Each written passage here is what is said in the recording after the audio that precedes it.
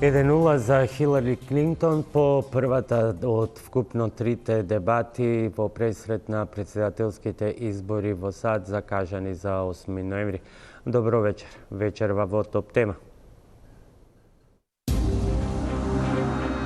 I will release my tax returns against my lawyer's wishes when she releases her 33,000 emails that have been deleted.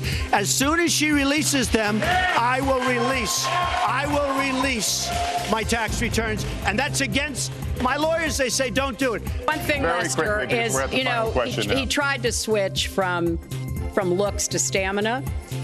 But this is a man who has called women pigs, slobs, and dogs, and someone who has said pregnancy is an inconvenience to employers, who has said women don't deserve equal pay unless they do as good a job as men. Дебатата која беше наречена историска заврши, следуваат уште две. Ќе се сменили рамо до рамо трката меѓу Хилари Клинтон и Доналд Трамп. Зошто светот со внимание ги следи председателските избори во САД? Што радикално ќе смени ако републиканецот Трамп биде новиот станар на Белата куќа? Тоа се само дел од дилемите во вечерашнава панел дискусија во која мои гости се господин Ристо Николски, поранешен амбасадор и автор на две книги поврзани со американското влијание во Македонија, политиката на САД, улогата на САД во македонските голготи и клучот за името е во Вашингтон. Добро вечер и добре дојдовте. Колегата Емил Крстевски, новинар и публицист, исто така посветен на американските политички собитија, меѓу другото и со својата книга Политиката на САД, Медитеранот и арапската пролет. Добро вечер и добре дојдовте и за вас. И би почнал директно со вас. Се согласувате ли со оваа оценка која што произлезе од првата анкета на CNN веднаш по председателската дебата синоќа или рано утрово по македонско време, дека резултатот е 1:0 за Клинтон? Па вообичаено е дека дуелите, односно дебатите, телевизиските дебати во Америка, кога се во прашање председателските избори, имаат големо влијание и се можност на јавноста пошироко да се запознае, пошироката јавност да се запознае со ставовите на председателските кандидати за значајните, клучните политички прашања. До сега ми се чини според аналитичарите, а богами и според првиот ТВ дуел што го има, се покажа дека и Доналд Трамп и Хилари Клинтон се добри говорници со моќ да ги придобијат, да ја придобијат јавноста, а со тоа и да го подигнат рейтингот и на својата партија и на својата кандидатура.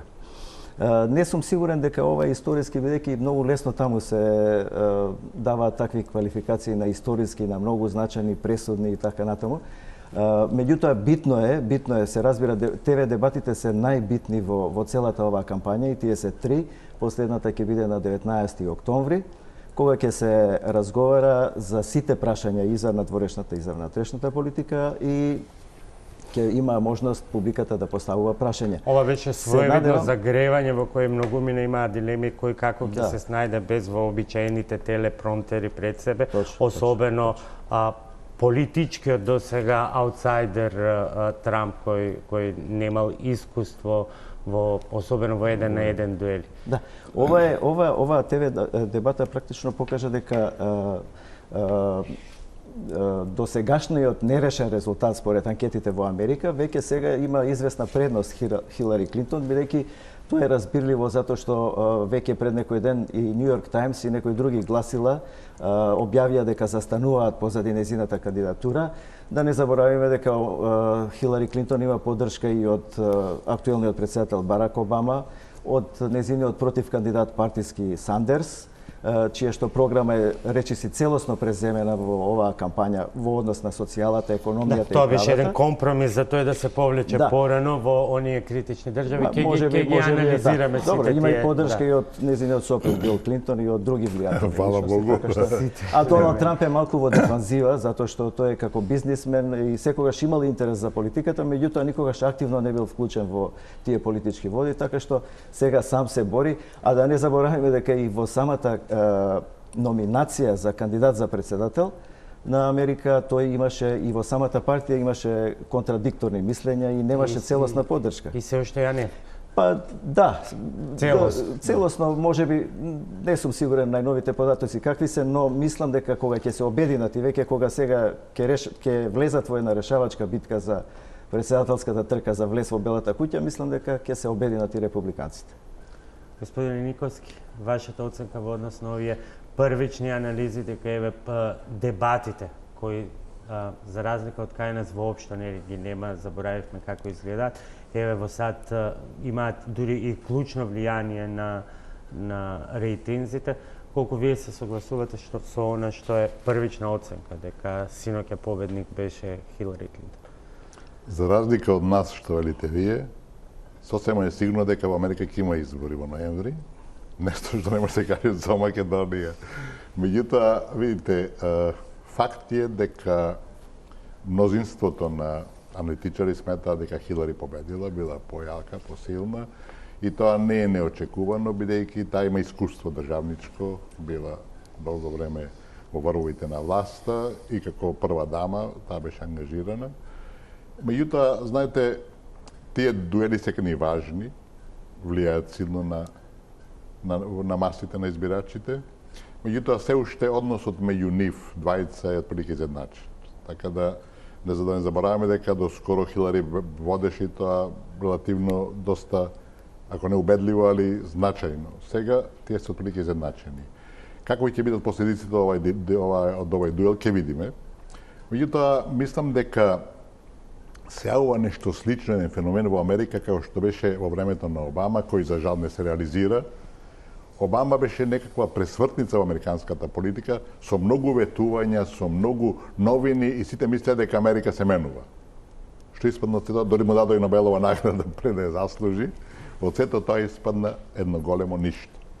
Мислам дека сега и Доналд Трамп како представник на бизнисот, на капиталот, меѓутоа он не е дел од тој капитал што ја структурира и што ја, ако сакате, води и диригира Америка, он настапува малку невообичаено до оние редовни, да речем, него користен редовен речник кој е доста типичен за... Подеднакво е неконвенционален, меѓутоа и неконзистентен во ставовите. Тоа не е, видите, сепак е тоа кампања, да се разбереме. Тука има и излетувања, ветувања, како и цело свет. Америка не е ништо посебно. Лични навреди понекогаш. Лични навреди, дури според лични навреди се понапредни од нас во некои ситуации. Меѓутоа, видите, масите се заситени од тие типични и, да речем, монархистички кандидати, како што беше Буш, таткото, па синот, па другиот син беше кандидат, сега мажот, па жената. Знаете, луѓето се заситени доста, таа доминација која што имаме на времето, која што имавме на времето во Грција, 2 фамилии се менува или 3 фамилии се менува со 50 години, разбирате. И на крајот човек се праша која е разликата меѓу онај социјализам, што во светот има 2 системи во сушината, социјализмот и капитализмот. Во капитализмот доминира капиталот и тие преку капиталот решаваат све и ги прават мажот, жената, синот, татко и така натака, а во социјализмот кој за жал голем дел пропадна ради догматизмот, имаме во една Северна Кореја таткото, па синот, па внукот и така натака, разбирате? Значи, таа кој ќе земете во суштината, таа филозофија на власта, таа да речам не терминологија, него системот на власта е еднаков. Одавде кој ќе си на власт прави што сакаш, овде кога имаш капитал прави што сакаш. Така да мислам дека таа појава на Трамп кој е дел од капитализмот, од еден богаташ, милиардер или така, кој се јавува со едни невообичаени приоди, дури некојаш се и контраверзни, точно така, некојаш се неконзистентни и утре кога дојде на власт ќе мора да ги менува. Мислам дека тоа може да биде атрактивно за онај обичен гласач во Америка, без оглед како ќе бидат и вториот и третиот телевизиски дуел. Значи, неизвестноста останува. Мислам дека објективно во целина, бидејќи Клинтон стои зад оние носителите на американската председна дворешна политика, столбовите, центрите, дека таа има поголеми шанси во целина, Меѓутоа да не Ке разговараме во детали дали кој се што натежнува на страната на слоганот заедно посилни на Хилари Клинтон или зошто Трамп сака да ја направи Америка повторно силна и моќна, но претходно како што најавивме како вовед во нашата дебата, но и како подсетување за она што е веќе одавна заборавено кај нас. Извадоци од најинтересните реплики од синокешното прво соочување на Хилари Клинтон и Доналд Трамп. I will say this. We have a situation in this country that has to be taken care of. I will release my tax returns against my lawyer's wishes when she releases her 33,000 emails that have been deleted. As soon as she releases them, I will release my tax returns, and that's against my lawyers. They say don't do it. I will tell you this. No, in fact, watching shows, reading the papers, almost every lawyer says you don't release your returns until the audit's complete. When the audit's complete, I'll do it. But I would go against them if she releases her email. So it's negotiable? It's not negotiable. No, let her release the email. Why did she delete 33,000? Well, he also raised the issue of your emails. Do you want to respond to that? I do. You know, I made a mistake using a private email. That's for sure. And if I had to do it over again, I would obviously do it differently. But I'm not going to make any excuses. It was a mistake, and I take responsibility for that. Mr. Trump? That was more than a mistake. That was done purposely. Okay, that was not a mistake. That was done purposely. When you have your staff taking the Fifth Amendment, taking the Fifth, so they're not prosecuted. When you have the man that set up the illegal server taking the Fifth, I think it's disgraceful. And believe me, this country thinks it's disgraceful. It really thinks it's disgraceful also. Why won't he release his tax returns? And I think there may be a couple of reasons. First, maybe he's not as rich as he says he is. Second, maybe he's not as charitable as he claims to be. Third, we don't know all of his business dealings, but we have been told through investigative reporting that he owes about $650 million to Wall Street and foreign banks.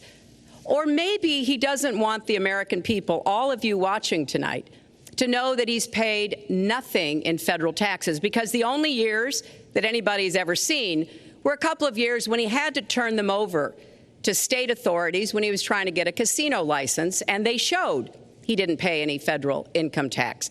So if he's paid zero, that means zero for troops, zero for vets, zero for schools or health. And I think probably he's not all that enthusiastic about having the rest of our country see what the real reasons are, because it must be something really important, even terrible, that he's trying to hide. And the financial disclosure statement, they don't give you the tax rate. They don't give you all the details that tax returns would. And it just seems to me that this is something that the American people deserve to see. And I have no reason to believe that he's ever going to release his tax returns, because there's something he's hiding. And we'll keep guessing at what it might be that he's hiding. But I think the question is, were he ever to get near the White House, what would be those conflicts? Who does he owe money to? Well, he owes you the answers to that, and he should provide them. I am very underleveraged. I have a great company. I have a tremendous income. And the reason I say that is not in a braggadocious way. It's because it's about time that this country had somebody running it that has an idea about money.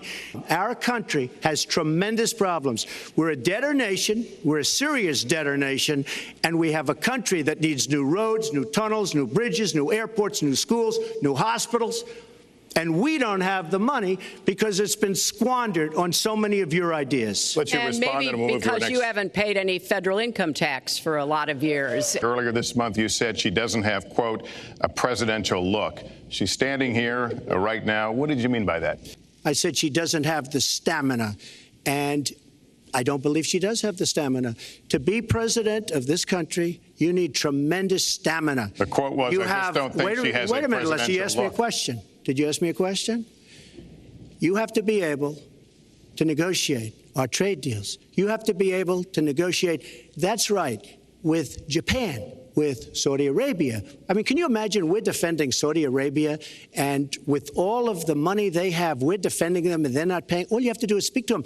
Wait, you have so many different things you have to be able to do, and I don't believe that Hillary has the stamina. Let's let her respond. As soon as he travels to 112 countries and negotiates a peace deal, a ceasefire, a release of dissidents, an opening of new opportunities in nations around the world, or even spends 11 hours testifying in front of a congressional committee, he can talk to me about stamina. The world, let me tell you, she's got experience, but it's bad experience. And this country can't afford to have another 4 years of that kind of experience. We are at the final question. One thing, Lester, is, you know, he tried to switch from looks to stamina. But this is a man who has called women pigs, slobs, and dogs. And someone who has said pregnancy is an inconvenience to employers, who has said women don't deserve equal pay unless they do as good a job as men. Mr. Trump, we'll take 10 seconds and then we're going to have the final question. Hillary is hitting me with tremendous commercials. Some of it said in entertainment. Some of it said somebody who's been very vicious to me, Rosie O'Donnell. I said very tough things to her, and I think everybody would agree that she deserves it, and nobody feels sorry for her. But you want to know the truth? I was going to say something extremely rough to Hillary, to her family, and I said to myself, I can't do it. I just can't do it. It's inappropriate. It's not nice. But she spent hundreds of millions of dollars on negative ads on me, many of which are absolutely untrue. They're untrue and they're misrepresentations. And I will tell you this, Lester, it's not nice, and I don't deserve that. But it's certainly not a nice thing that she's done. It's hundreds of millions of ads, and the only gratifying thing is I saw the polls come in today, and with all of that money, over $200 million is spent, and I'm either winning or tied, and I've spent practically nothing. So my final question to you tonight, are you willing to accept the outcome as the will of the voters? Secretary Clinton? Well, I support our democracy, and sometimes you win, sometimes you lose, but I certainly will support the outcome of this election. And I know Donald's trying very hard to plant doubts about it, but I hope the people out there understand this election's really up to you. It's not about us. I want to make America great again. I'm going to be able to do it. I don't believe Hillary will. The answer is, if she wins, I will absolutely support her. All right.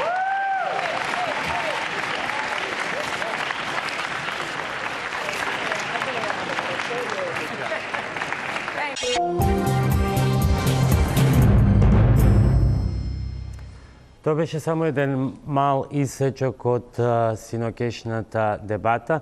Намерно одбрани прашања кои што и реплики кои што не се однесуваано на висока економска политика, дали економска, надворешна или внатрешна политика, туку одразуваат крстески една специфика на американската политика, на самата председателска трка, дека тоа не е само политичка трка. Тоа е и шоу, тоа е и представа за јавноста во која се задира и до најинтимните прашања и до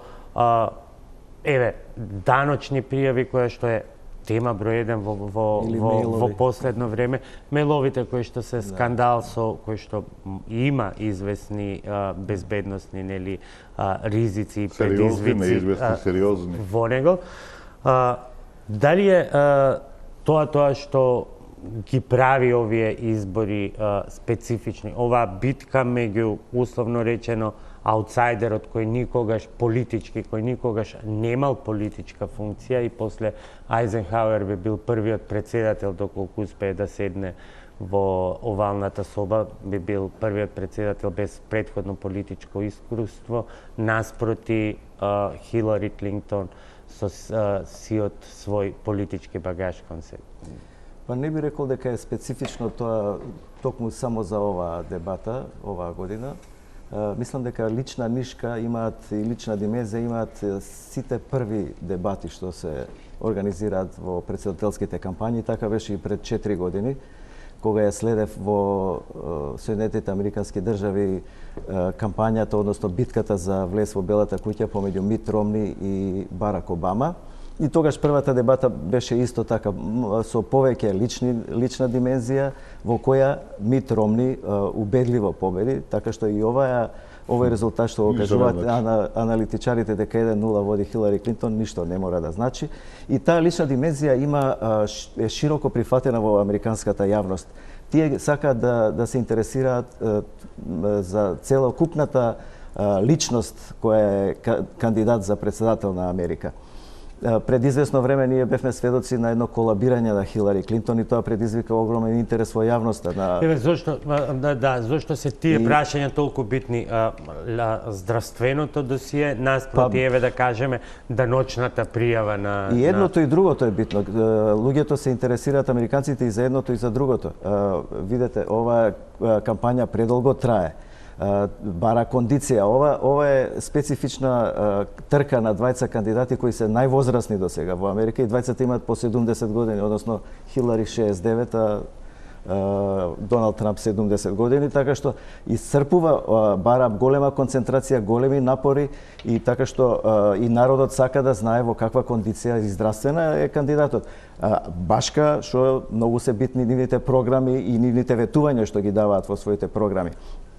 Имаме едни пријатели... На почетокот не се согласивте со онаа констатација историски, меѓутоа многумина ја споменуваат и во извештаите и во анализите. Од што произлегува таа? Дали од фактот дека е ова тој прв судир на политички аутсайдер со докажан политичар со политички бекграунд, фактот што прв пат имаме жена во трката или има и некои други елементи? Тоа се едни ситни пикантерии, да речеме, еден бизнисмен што влегува во трка и жена што има шанси да биде прв пат председател на Соединетите Американски држави, но мислам дека спецификата и називот на овие избори, на оваа кампања, дека е историска и се многу битни, зависи од пред се од натрешната состојба во Америка и нејзината улога и нејзиното влијание надвор во меѓународните односи во светот, глобално земено. Значи, и тука Трамп мислам дека е во предност, бидејќи тој сака да ја моќта на Соединетите Американски држави повторно да ја врати на глобалната политичка сцена, да го врати дигнитетот незин и да биде и понатаму суперсила на економски, воен и политички план, како што била и досега. Меѓутоа, сведоци сме дека светот се менува. Во глобалните услови веќе се јавуваат други суперсили кои ја достигнуваат Америка, Русија, Кина, се тука Европската унија, која е значаен партнер на Америка, меѓутоа е во една посебно заслабена ситуација сега во моментов, но и другите сили, така што Америка како да го губи чекорот и затоа мислам дека е многу битно која опција ќе преовладува, дали републиканската или демократската опција во Америка, битна и за светот и затоа е со големо внимание, со големо очекување и светот глобално очекува да види каков ќе биде исходот на овие избори, со кој концепт ќе победи, кои политички погледи и кои решенија ќе бидат понудени за многу политички горливи прашања во меѓународните односи. Господин Николски, дали е сеедно дали клучот од нуклеарките ќе го има еден поранешен шоумен кој што досега покажа голема неконзистентност во ставовите во однос на надворешната политика, неговите противници дури би рекле и аматеризам, или ќе го има една жена, макар таа била и дел од добро искусна политичка династија, како што рековте. Видите, прашањето мора се гледа малце пошироко. Кој да дојде во Америка на власт? Го имавме, нели, глумецот. 8 години беше глумецот, разбирате. и ништо не се случи невообичаено. Доналд Трамп е сепак многу подговорна личност кој може да направи милиарди во Америка, не е било кој, нели така. Тоа е сепак човек со голема тежина и со голема ширина. Значи, поентата е, кој да дојде во Америка на власт, не одлучува тој. Тој има еден систем, механизми и тој е само онај последниот извршител. И копчето не решава дали ќе стегне копчето или не. Да видиме јасни, мислам. Тоа е еден многу поширок систем кој функционира за да дојде до тоа стискање и велам, председател може да биде во моментот болен или дури неодговорен и ќе му ја земат раката па ќе стисне, не дај Боже, такво нешто. Велам, во Америка има 4 центри која решаваат надворешната политика. И не само тоа, и внатрешната, и кој ќе биде на власт, тој преку тој капитал што го велеме, тој е тука синтетизиран во Рен корпорацијата, во Билдерберг групата, Трилатералната комисија на Бжежински и на Рокфелер, и четвртото е American Foreign Council, Американскиот надворешно политички совет, кој го издава Foreign Affairs часописот. Тие 4 центри решаваат и кој ќе биде на власт, и ако дојде Трамп или било Хилари, кој ќе биде министер и кој ќе биде едно и друго и трето. Разбирате, тоа е еден систем кој функционира, вела дали е Билдерберг групата или театралната некоја влада во сенка. Не, тие се замислени механизми кои филтрираат што ќе се работи, кој ќе дојде, како ќе дојде, што ќе прави. Разбирате, на еден навистина извонреден, софистициран начин, без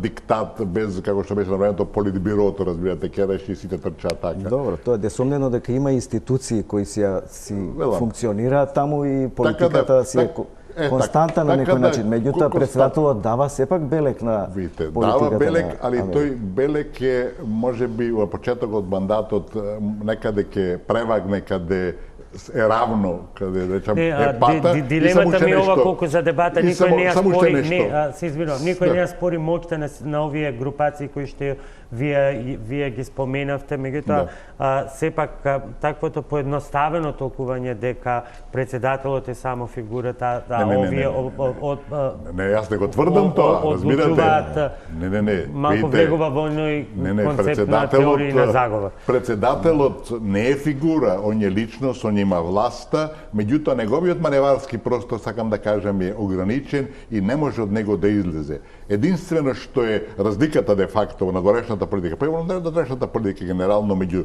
републиканците и демократите, е што со Русија, бидејќи единствен конкурент има моментално Русија, разбирате, Кина е економски јака, меѓутоа на воен план таа е уште на маргините, разбирате, на моќта. Индија, другите не се тука воопште истакнати. Значи, единствен конкурент на меѓународната сцена моментално и следните 10 години најмалце е Русија, разбирате.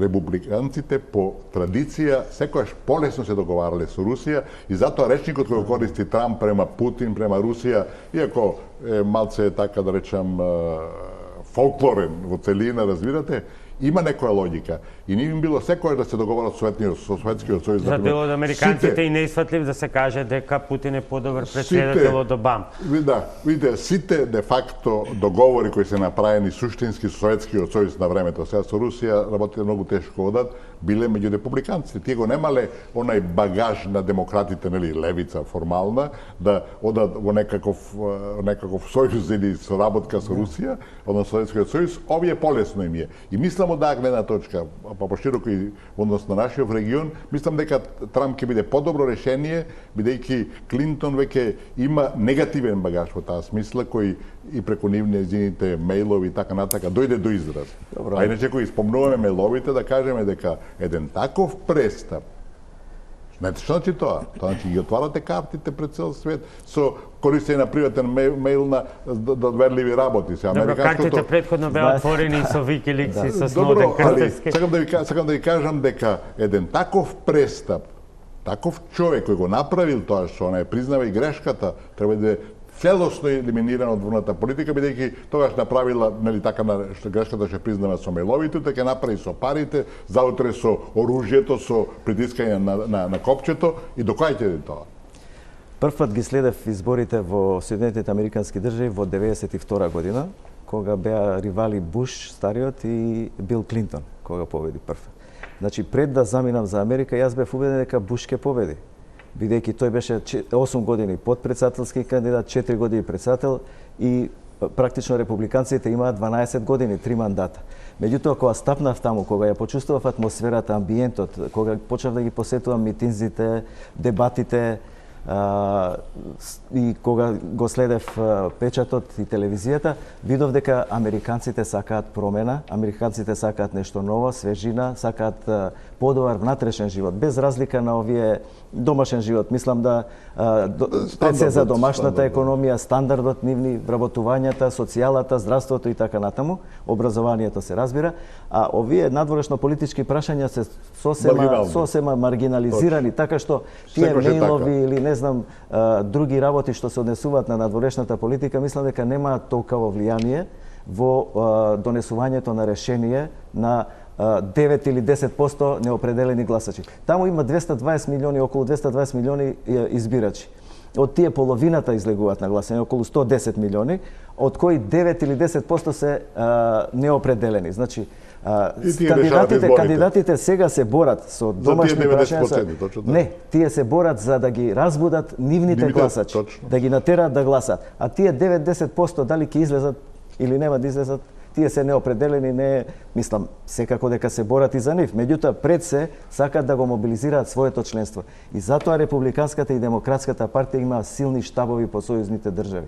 Тие се многу добро организирани и затоа кампањата долго трае, со месеци ги посетуваат сите држави, универзитети, прават кампањи, дебати, ги убедуваат луѓето и веќе горе-долу се знае кој за кого ќе гласа. Јас имам едни пријатели со кои контактирам. Дали трагата на парите говори нешто, бидејќи ако се погледне барем досега голем број од донациите на големите финансиски центри одат на контото на Хилари Клинтон, да не кажеме дека до пред самиот почеток на официјалната трка се што беше предходно внатре-партиска битка меѓу републиканците беше практично по принципот, условно ќе кажам, самофинансирање од страна на Трамп, кога ги имаше особено внатре-партиските ривали и се уште надежите на дел од републиканскиот естаблишмент дека можеби ќе успеат да го елиминираат. Да, пред малку реков дека Хилари Клинтон е во предност. Предност затоа што има помош и од Обама, и од незиниот сопруг, и од Сандерс, и од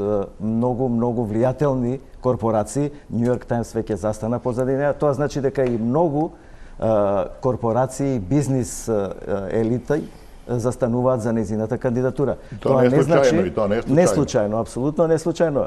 Меѓутоа, разбирливо што е па Доналд Трамп како поддржувач на таа исто бизнис елита и како мултимилиардер и долгогодишен успешен, би рекол, бизнисмен, тој е на страната на тие успешните и ги стимулира таа бизнис елита, ја стимулира и мислам дека и тој доволно средства собра и собира се уште за да ја води успешно неговата кампања. Што е тоа што светот глобално го следи со внимание и што ќе се смени во американската политика или во политиката на првиот полицаец во светот, доколку дојде до смена во Белата куќа, односно демократите не успеат да направат историски исчекор по трет пат да добијат мандат, по кратката пауза за реклами во која исто така подсетуваме на дел од ставовите на двајцата кандидати, овој пат поврзани со глобалните прашања за надворешно политичките приоритети.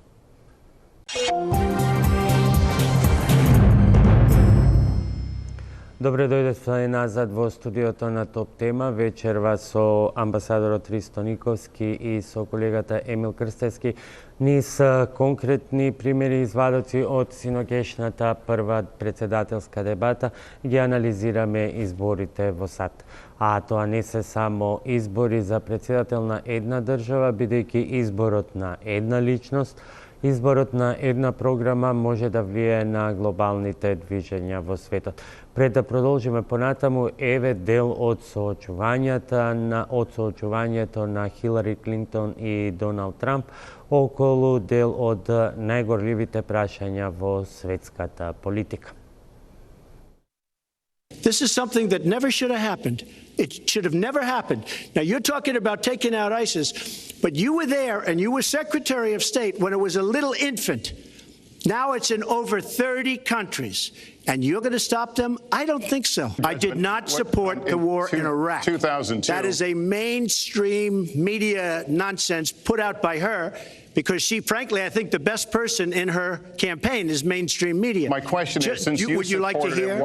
But if somebody, and I'll ask the press, if somebody would call up Sean Hannity, this was before the war started, he and I used to have arguments about the war. I said it's a terrible and a stupid thing. It's going to destabilize the Middle East, and that's exactly what it's done. It's been a disaster. My reference was to what you had said in 2002, and my question was, why is your judgment any different than Mrs. Clinton? Well, I have much better judgment than she does. There's no question about that. I also have a much better temperament than she has. You know, I have a much better. She spent, let me tell you. So I spent a year and a half putting together a coalition that included Russia and China to impose the toughest sanctions on Iran. And we did drive them to the negotiating table. And my successor, John Kerry, and President Obama got a deal that put a lid on Iran's nuclear program without firing a single shot. That's diplomacy. That's coalition building. That's working with other nations. And in fact, his cavalier attitude about nuclear weapons is so deeply troubling. That is the number one threat we face in the world, and it becomes particularly threatening if terrorists ever get their hands on any nuclear material. So a man who can be provoked by a tweet should not have his fingers anywhere near the nuclear codes, as far as I think anyone with any sense about this should be concerned. That line's getting a little bit old, I must say. Listen, it's a good one, though. I would like to, well describes the problem. It's not an accurate one at all. It's not an accurate one. So I just want to give a lot of things, and just to respond, I agree with her on one thing. The single greatest problem the world has is nuclear armament, nuclear weapons. Not global warming like you think and your president thinks. Nuclear is the single greatest threat. Just to go down the list, we defend Japan, we defend Germany, we defend South Korea, we defend Saudi Arabia, we defend countries.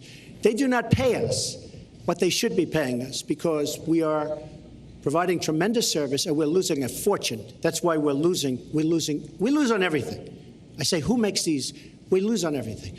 We need to move on. Wait, but it's very important. All I said was they may have to defend themselves or they have to help us out. You go to her website and you take a look at her website. She's going to raise taxes $1.3 trillion. Mr. Trump, and look at her website. You know what? It's no different than this. She's telling us how to fight ISIS. Just go to her website. She tells you how to fight ISIS on her website. I don't think General Douglas MacArthur would like that too much. The next segment, we're continuing the subject of... Well, at least I have a plan to fight ISIS. No, you're telling the enemy everything you want to do. No, we're not. See, you're telling the enemy everything you want to do. No wonder you've been fighting ISIS your entire adult life. Folks, go to the fact checkers, get to work.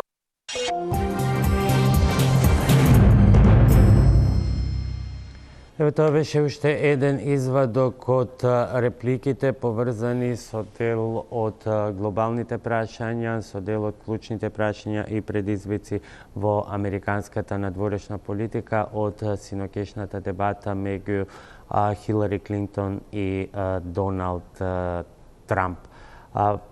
Има ли основ кога веќе и натаму важи и никој не ја негира она позната кованица, нели, глобален светски полицаец, има ли основ самиот слоган и сиот наратив на Трамп кој што го слушнавме, да ја направиме Америка силна, и сето она што тој го навестува како своевидно ревидирање на вкупната надворешна политика на САД.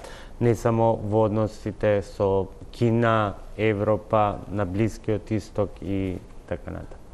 Очигледно дека е потребно некојко освежување во водењето на надворешната политика на Америка, иако тие вообичаено секогаш се воделе од реал политиката, односно политиката на моќ и на интереси. Тоа било главниот лајт мотив во водењето на надворешната политика на Америка и сметам дека таквото освежување е неопходно во смисла да се, бидејќи историски гледано, во поновата историја, последниве 3 декади Соединетите Американски држави поминуваат низ неколку етапи. Првата етапа беше 90-тите години кога ја победија блоковската поделеност и кога остана единствена суперсила, што велите светски полицаец во решавањето на меѓународните проблеми. Вториот период беше со терористичкиот напад во 2001 во Њујорк и Вашингтон и тогаш Америка се соочи со еден нов момент, се соочи со вистината дека мора да соработува со другите сили во справувањето на тие глобални, дека е ранлива и дека беше фактот дека не е ранлива. Дека и не се може да и се случат такви работи на домашен терен, иако таа изгледа како остров и окружена е со 2 океана и дека е недопирлива. Меѓутоа, тоа ја насочи кон соработка со другите суперсили во справувањето на меѓународниот тероризам.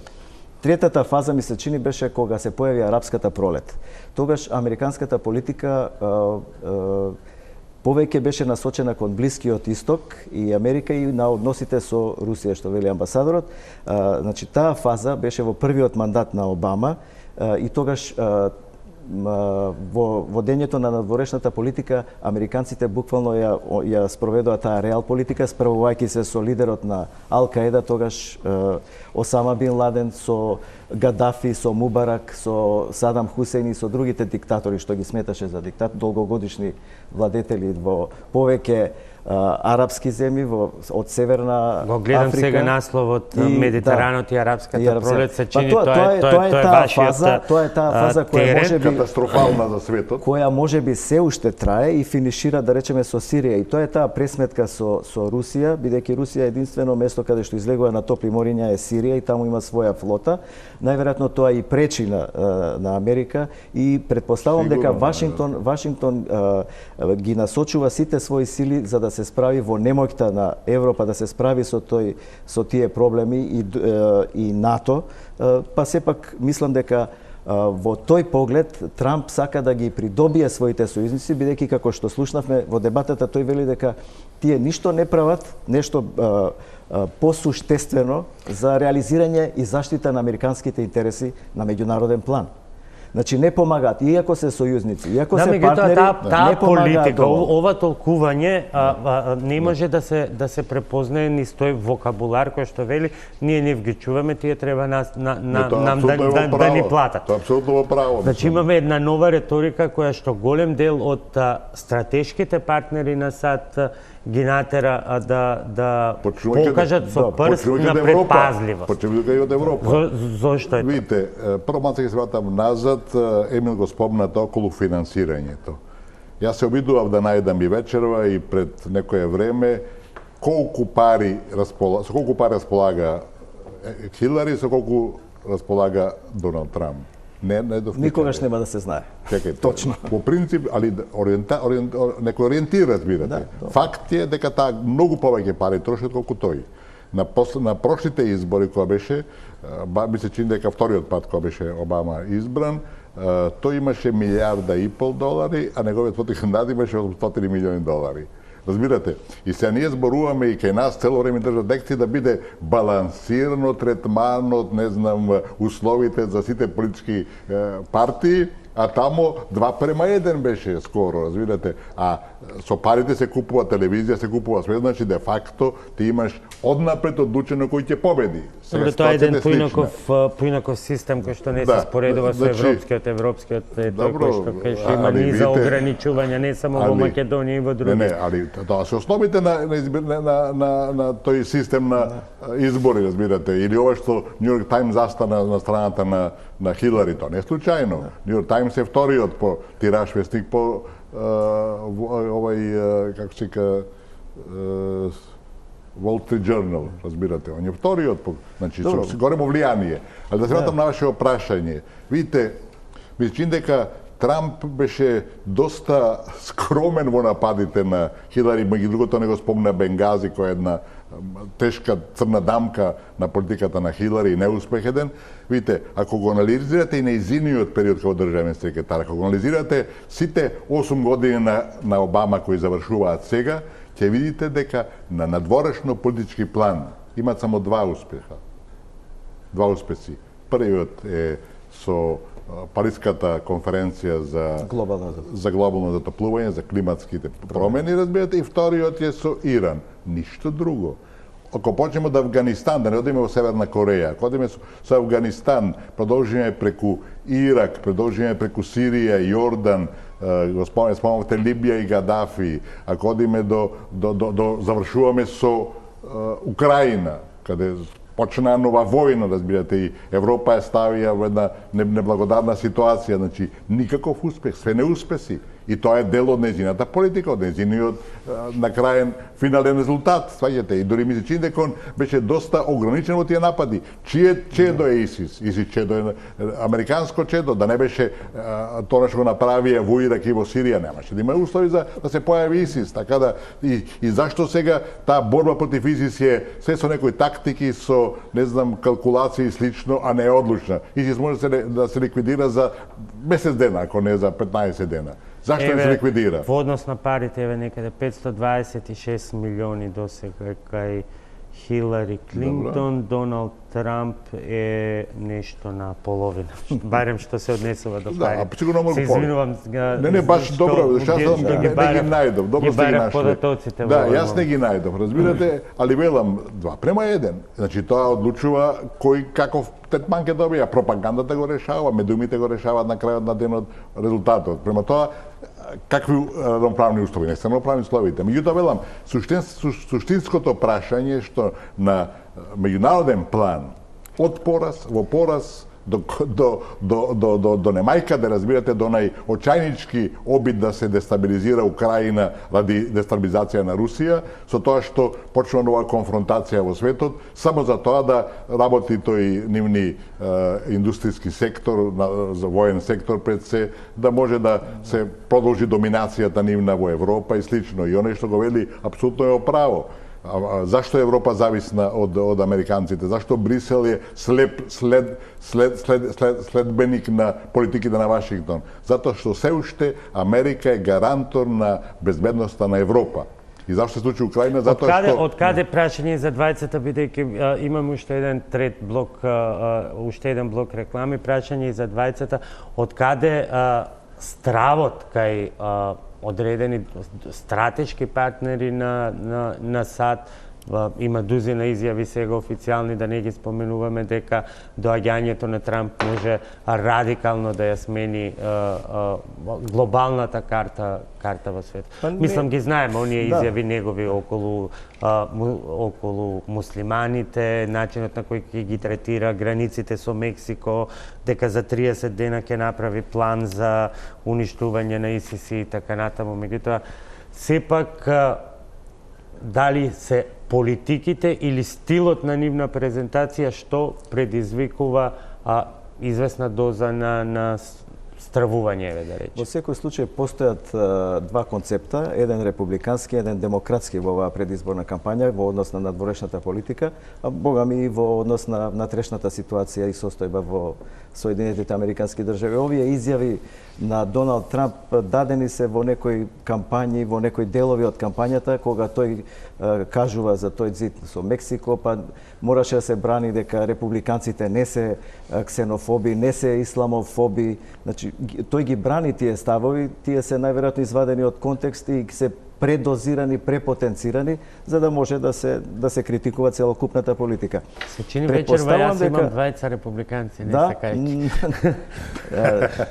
На крај ќе се гласаме, на крај ќе видиме како ќе биде. Не, во секој случај мислам дека републиканците се повеќе насочени кон тоа да го вратат дигнитетот на Америка како воена, економска и политичка сила. Значи, оној период на исклучивост... Значи, тоа дека Хилари не е во право кога вели силни и понатаму заедно. Силни заедно, меѓутоа повеќе е концентрирана и мисли на домашната политика, на внатрешното уредување, на внатрешното економско закрепнување на Америка и на поголема благосостојба на граѓаните. Меѓутоа, во однос на надворешната политика, мислам дека републиканците имаат појасен концепт за да го вратат, бидејќи оној период кога беше на исклучивост на воводењето на американската надворешна политика како единствена суперсила и тој експлозивитет што го имаше во на доминација на решавањето. Ние го пуштивме тој дел, Трамп се уште не може да се соочи со фактите дека сега не ја поддржува интервенцијата со Ирак, своевремено ја поддржувал, па тука да не ја заборавиме разликите околу отворени надворешно политички прашања кои што ги има со својот подпредседател. Добро, рековте дека има една машинерија која работи, администрација која работи на долгорочно на тие политички определби на републиканскиот, на републиканскиот и на демократскиот кампус. Предпоставувам дека повеќе ќе одат на тоа да се врати тој ексклузивитет на Америка, што подолго да трае, бидејќи наидуваат и други суперсили кои се спротивставуваат и кои сакаат нормално активно да учествуваат во решавањето на горливите меѓународни проблеми. Сега мислам дека повеќе ќе бидат насочени републиканците и кон Пацификот. Значи, таму се пренесува интересот, односите со земјите на АСЕАН, со Кина, Јапонија, Јужна Кореја и така натаму. Мислам дека таму ќе биде концентрирана целата воена, политичка и економска моќ на Америка во наредниот период. Меѓутоа, апсолутно е дека не може да се забостави... Немаме време, каде е тука сосема кратко веќе отворениот судар со Русија? Отворениот судар со Русија е секаде, на секаде на земјинава топка. Траен и долгорочен. Тие се судираат и на Куба, и во Јужна Америка, бидејќи русите економски продираат исто како и кинезите. Продираат во Африка, во Јужна Америка, во Азија, така што секаде може. А најмногу доаѓа до израз на Пацификот. Видите, главната поента која сега исто така ја чухме на Трамп и која може да има силно влијание кај гласачите е фактот што тој го доведува во прашање онај принцип кој сега функционира и чиј класичен дел е и Хилари Клинтон, а тоа е функционирањето на самиот капитализам во основата, задолженоста, банкарството, банкарите, разбирате се, главните тамо лица, главните носители на тој...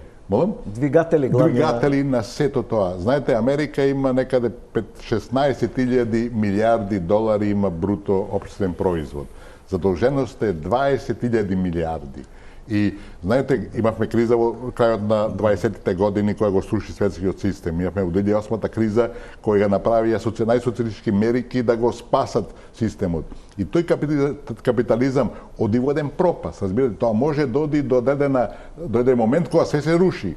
Знаете, сите стануваат несолвентни. Знаете колку должат банките на Европската Унија? 40.000 милиарди долари, 3 пати повеќе од купниот општествен производ на Унијата. И кога тоа мора да дојде до еден колапс. И затоа неговото, или тие трошат за цел свет, значи да спасуваат Северна Јужна Кореја, не знам, Тајван, Европа и така натака. Зошто? Затоа го направи Украина, да Европа троши повеќе и сега тоа се случува, разбирате. Сите беа по 2% што е правилото на НАТО, општествениот производ да одвојуваат за одбрана.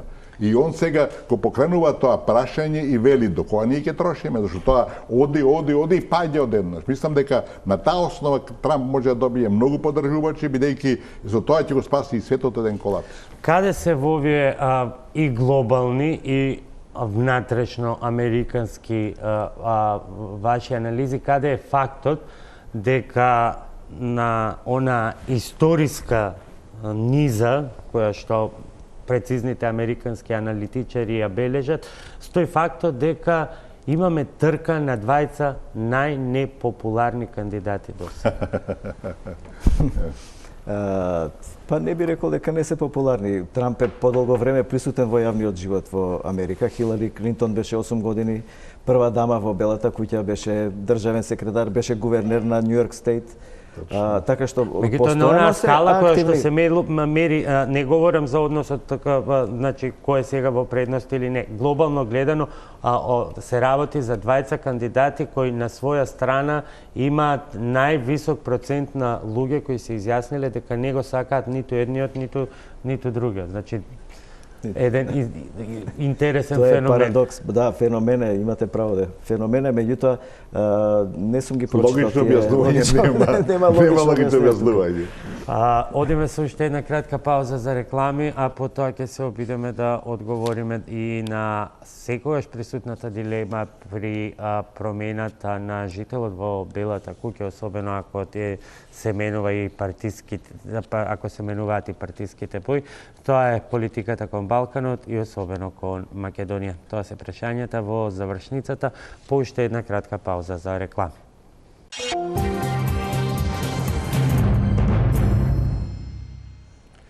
Во завршница сме на вечерашната топ тема. Мал играч на, речиси, незабележителен на големата светска сцена, но секој во американските избори го гледа и го препознава и сопствениот интерес. Господине Никовски, во оваа прилика при крајот само еден цитат од улогата на САД во македонските голготи. САД се неспорен доминантен фактор во светската политика, таков ќе останат уште догледно време, значи без оглед кој ќе седне во Белата куќа сега. Тие се и главен арбитар на Балканот, но понатамо велите, немам време многу да читам, но и ќе сублимирам, но и главната причина за македонските голготи, од нив не може да се очекува фундаментална промена на позитивно. Видите, што значи тоа? Тоа значи дека топката е во многу што кај нас. Ние не сме отвориле картите, не сме кажале отворено дека менаџер на нашите голготи се Соединените американски држави, не Грција, разбирате, и на таа основа да градиме една дипломатска офанзива. Со она што го спомнавте вие, нема никакви дилеми. Што мислите вика, Грција не спречи да влеземе во Обединетите нации со нашето име? Нема шанси, не беше членка на Советот за безбедност. И да прескокнеме све друго, и војната во 2001 година, која е чисто американско масло, да дојдеме до Букурещ 2008 година. Ако некој мисли... Која дипломатска игра би ни помогнала против еден ваков, како што самиот велите? Не против, треба се бара решените, да се разговара со нив. И да прескочиме све, дојдеме до Букурещ 2008 година. И од Букурещ до денеска, која нашата позиција слабе е. Ако некој смета и тврди, е уверен дека НАТО, Америка сака да не внесе во НАТО, а Грција не дозволува, тој не ги разбира работите. Ако Америка сака да влеземе во НАТО, за недела дена, за месец дена ќе влеземе. Булдожерот ќе проработи. Значи, тоа е тој првиот дел од вашето прашање и мислам тука нема никакви дилеми. Книгата што ја цитиравте на еден аргументиран начин ги кажува сите тие голготи кои се режирани, предизвикани, мотивирани, режирани и диригирани од Вашингтон. Меѓутоа, околу новата солуција, новата власт во Америка, било кој да дојде, републиканци, не знам, демократи, некоја трета партија која нема во Америка, политиката према Македонија нема се менува. Таа е трајна, бидејќи ние сме мал играч. Таму тие се карат околу Русија, таму има нијанси, има можности да се нешто лево или десно движи, има према Кина, може да биде према Африка, не знам, Латинска Америка и така натака. Нешто се слуша деновиве дека многу пари се фрлаат за средба со Клинтон во очи кампања сега. Така било секогаш и кој ќе дое председател, што мислите, објавија Еди Рама се стикал со Обама, не знам колку 100-200 долари платил. Според тоа, да не очекуваме дека кој да седне во столицата, кај нас владе едно погрешно очекување дека републиканците биле поани за Македонија, го цитираат Буш во Букурешт.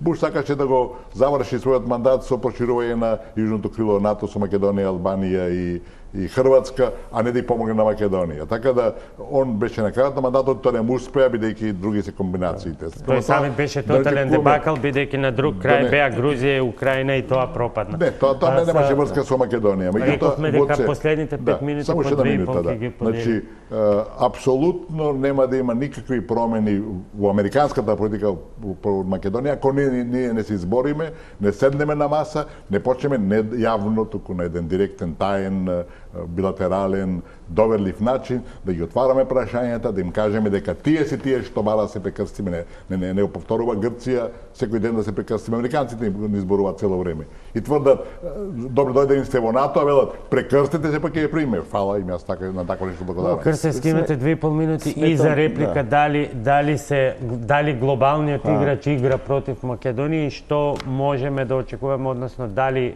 смените во Белата куќа од аспект на партиска боја значат било што за Македонија?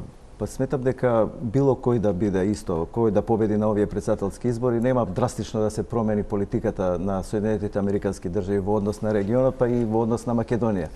Но, за разлика од амбасадорот, сметам дека, како што велат нашите официјални политичари, дека Соединетите Американски држави се наш стратегиски партнер и тие од секогаш не поддржувале и тие односи се во постојан континуиран развој. Тие се практично поставени асиметрично врз партнерска основа, при што секој си го задржува правото на својот став. Да не заборавиме дека ние сме имале од самиот почеток на нашето самостојување поддршка од Америка. Тие односи и во стекнувањето независност, и во доаѓањето на превентивна мисија за да се спречи прелевањето на конфликтот во Југославија, при нашиот влез во Обединети нации, при преговорите за името со Грција, потоа поддршка во бегалската криза, имавме 99-та конфликтот со Косово, 2001 исто така учествува во политичката разврска на конфликтот. Тие креира војната. Без разлика, тие учествува активно во разврската, мирната разврска на тој конфликт. Така што сметам дека тие и натаму ќе се развијат, ние и натаму ќе имаме поддршка од Вашингтон, особено во овој период, кога ние влегуваме во еден процес на нова демократизација, кога сме постојано, континуирано во една политичка латентна криза, кога имаме слаба економија и кога имаме